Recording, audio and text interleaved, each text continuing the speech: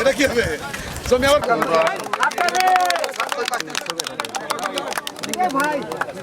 তাদেরকে সেই তৌফিক দান করো মা।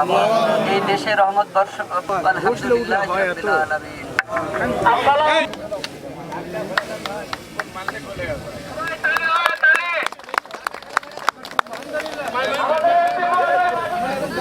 আপনারা কেউ যাবেন না, একটু তাবারক আছে। সারা 10 লক্ষ টাকা বদলে আছে।